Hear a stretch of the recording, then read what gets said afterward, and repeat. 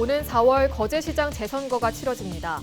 더불어민주당은 서둘러 후보를 확정짓고 본선 체제에 돌입했지만 국민의힘은 공천 여부와 방식도 아직 정하지 못했습니다. 지난 28일 발생한 에어부산 항공기 화재 사고의 원인을 규명하기 위해 현장 조사와 함께 비행 기록 장치, 조종실 음성 기록 장치에 대한 정밀 분석에 들어갔습니다. 합동 감식은 남은 항공유로 인한 폭발 우려로 2월 3일 진행됩니다. 지난 설 연휴 에어부산 항공기 화재 원인으로 배터리가 의심되고 있습니다. 정확한 화재 원인은 조사해봐야겠지만 배터리 관련 규정을 보다 더 강화해야 한다는 목소리가 큽니다. 설 연휴 내내 경남 서부 내륙을 중심으로 대설특보가 내려졌습니다. 이번 주말 다시 비 또는 눈 소식이 예보돼 있어 각별한 주의가 필요합니다.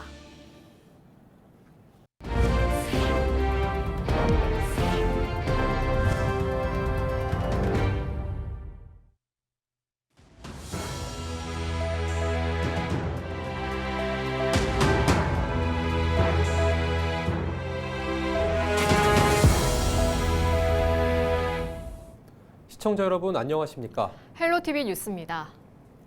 오는 4월 열리는 재보궐선거에서는 거제시장 재선거가 치러집니다. 더불어민주당은 서둘러 후보를 확정짓고 본선 체제에 돌입했습니다. 반면 국민의힘은 공천 여부와 방식도 정하지 못해 상반된 행보를 보이고 있습니다. 보도에 표영민 기자입니다. 거제 고현동 일대입니다. 건물마다 거제시장 재선거에 출마하는 예비 후보들의 선거 사무실이 설치됐고 현수막도 걸렸습니다. 선거 분위기는 점점 무르익어 가고 있습니다. 더불어민주당은 일찌감치 병광용 전 거제시장을 후보로 정하고 본선 채비에 나섰습니다. 반면 국민의힘은 예비 후보가 난립하고 있습니다.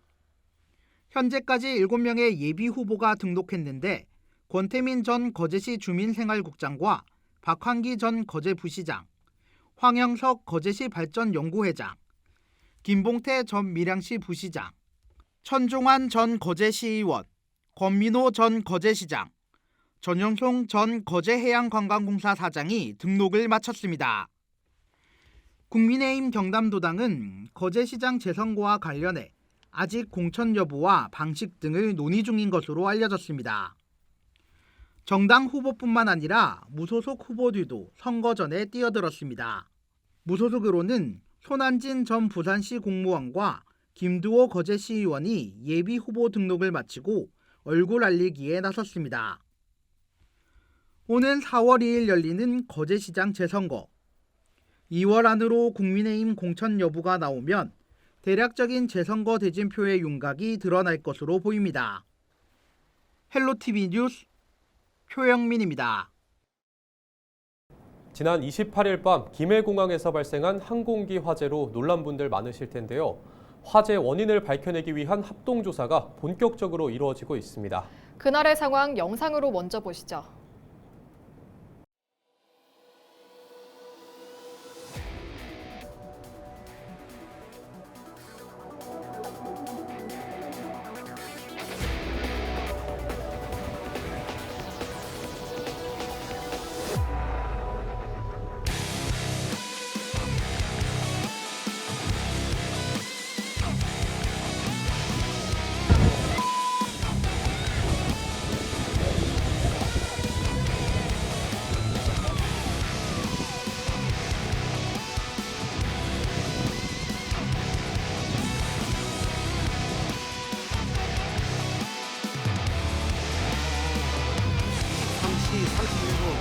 완진하였습니다. 연기가 안에 엄청나게 났습니다. 연기 그 이후로 그때부터 승객들이 막 앞으로 밀리면서 주위에서 문 열어라 하시면서 계속 막 밀고 승객들을 막 짐 빼려고 하고 그 안에서 막 그렇게 된 거죠.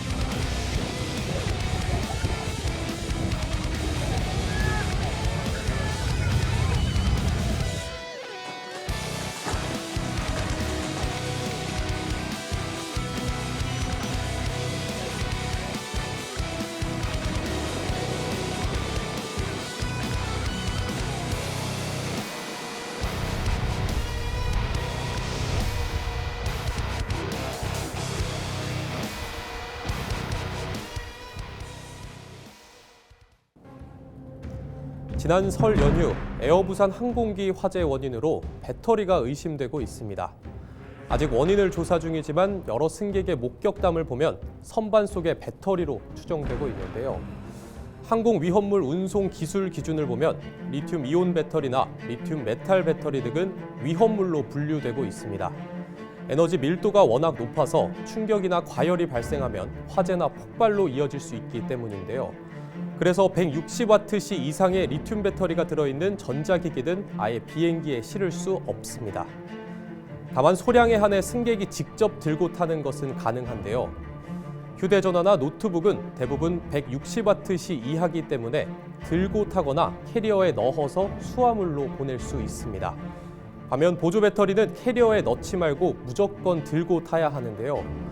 이번 사고가 난 에어부산을 포함해 대부분 항공사는 소지할 수 있는 보조 배터리를 100와트시 이하 5개, 160와트시 이하 고용량 배터리를 2개로 제한하고 있습니다. 배터리 종류는 불이 나면 빠른 진화가 중요하기 때문에 선반 안쪽이 아닌 승객이 직접 갖고 있으라고 안내하고 있습니다. 하지만 이는 항공사의 강제가 아닌 권장 사항에 불과합니다. 지난해 12월에도 이륙을 준비하던 에어부산 항공기 안에서 승객이 들고 있던 보조 배터리에 연기가 나는 사고가 있었습니다. 이런 사고는 최근 2년간만 봐도 4건 이상 증가한 모습을 볼 수 있습니다. 배터리 자체를 소지할 수 없도록 하는 규정은 현실적으로 불가능합니다. 정확한 화재 원인은 조사해 봐야겠지만 배터리 관련 규정을 보다 더 강화해야 할 때입니다. 앵커 브리핑이었습니다.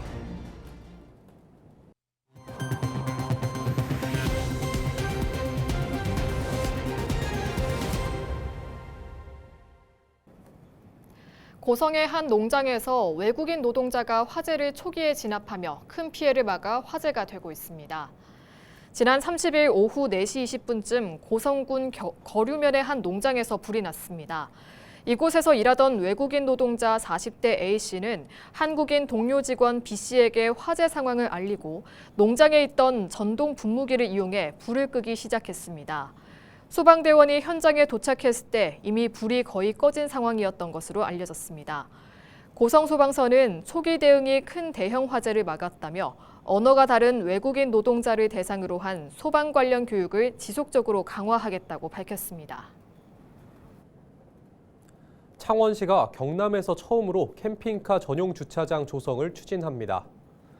올해 상반기 준공 예정인 캠핑카 전용 주차장은 의창구 소계동과 진해구 죽곡동 등 2곳에 총 80세대를 주차할 수 있는 규모로 조성됩니다. 창원시는 주차장 요금 체계 전면 개편안을 바탕으로 주차 요금을 확정할 예정입니다.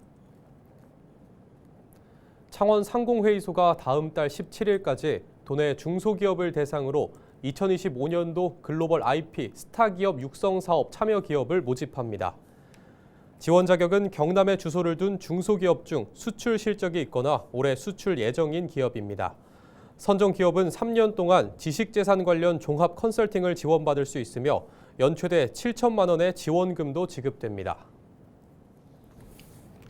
양산시가 취업 준비생들의 부담을 덜어주기 위해 면접 정장 대여 사업을 확대 시행합니다. 올해부터는 기존 연 3회로 제한됐던 대여 횟수를 5회로 늘립니다. 또 대여 기간은 3박 4일을 기준으로 하면서 공휴일이나 주말 등 2일 이상이 포함되면 1일 추가로 연장할 수 있게 완화했습니다. 창원시가 노후 목욕탕의 굴뚝 철거비를 지원합니다. 시는 도심에 장기간 방치된 목욕탕 굴뚝이 시민 안전에 위협이 된다고 보고 올해 철거 비용의 50%, 최대 1,500만 원을 지원할 방침입니다. 현재 창원에는 지난해 기준 141개의 목욕탕 굴뚝이 있습니다. 음식 쓰레기의 감량과 재활용 활성화를 위해 양산시가 음식물 처리 기계 설치 보조금을 지원합니다. 음식 쓰레기 감량기기 설치 보조금 지원 사업은 구매 금액의 50%를 지원하며 가정용은 최대 30만 원, 사업용은 최대 70만 원을 지원합니다. 접수는 2월 3일부터 시작되며 예산이 소진될 때까지 선착순으로 진행됩니다.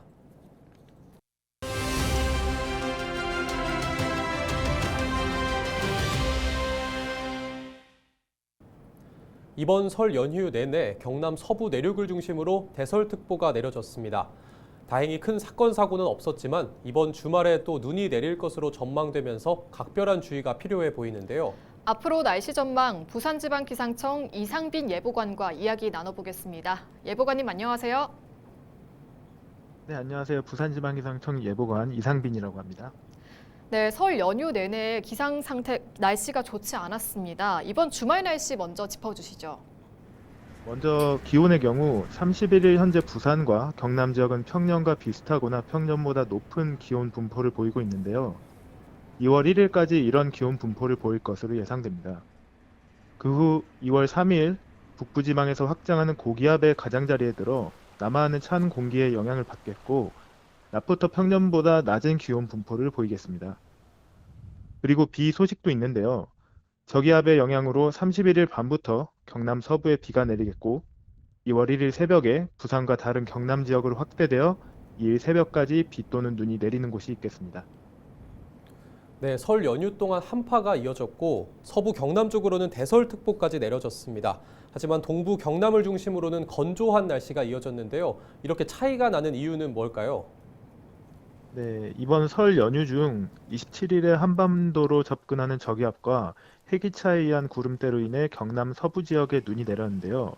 서해상에서 해기차로 인해 생성된 구름대가 경남 지역에 접근하면서 점차 약화되는 특징이 있어 경남 서부 내륙을 중심으로 강수를 내리게 되고 그보다 동쪽으로는 강수가 약하거나 없으면서 상대적으로 건조한 날씨를 보입니다.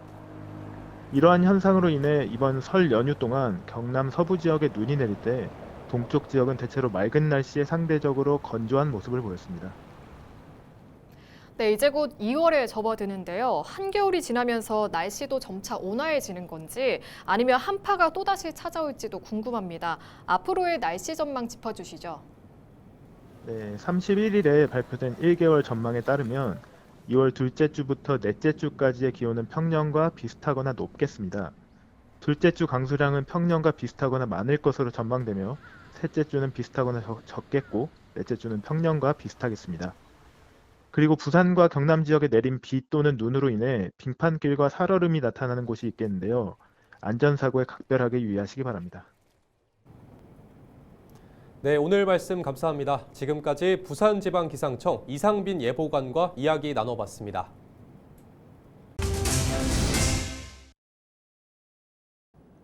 오는 4월 2일 치러지는 부산시 교육감 재선거를 60일 앞둔 2월 1일부터 후보자 명의의 선거 여론조사가 금지됩니다.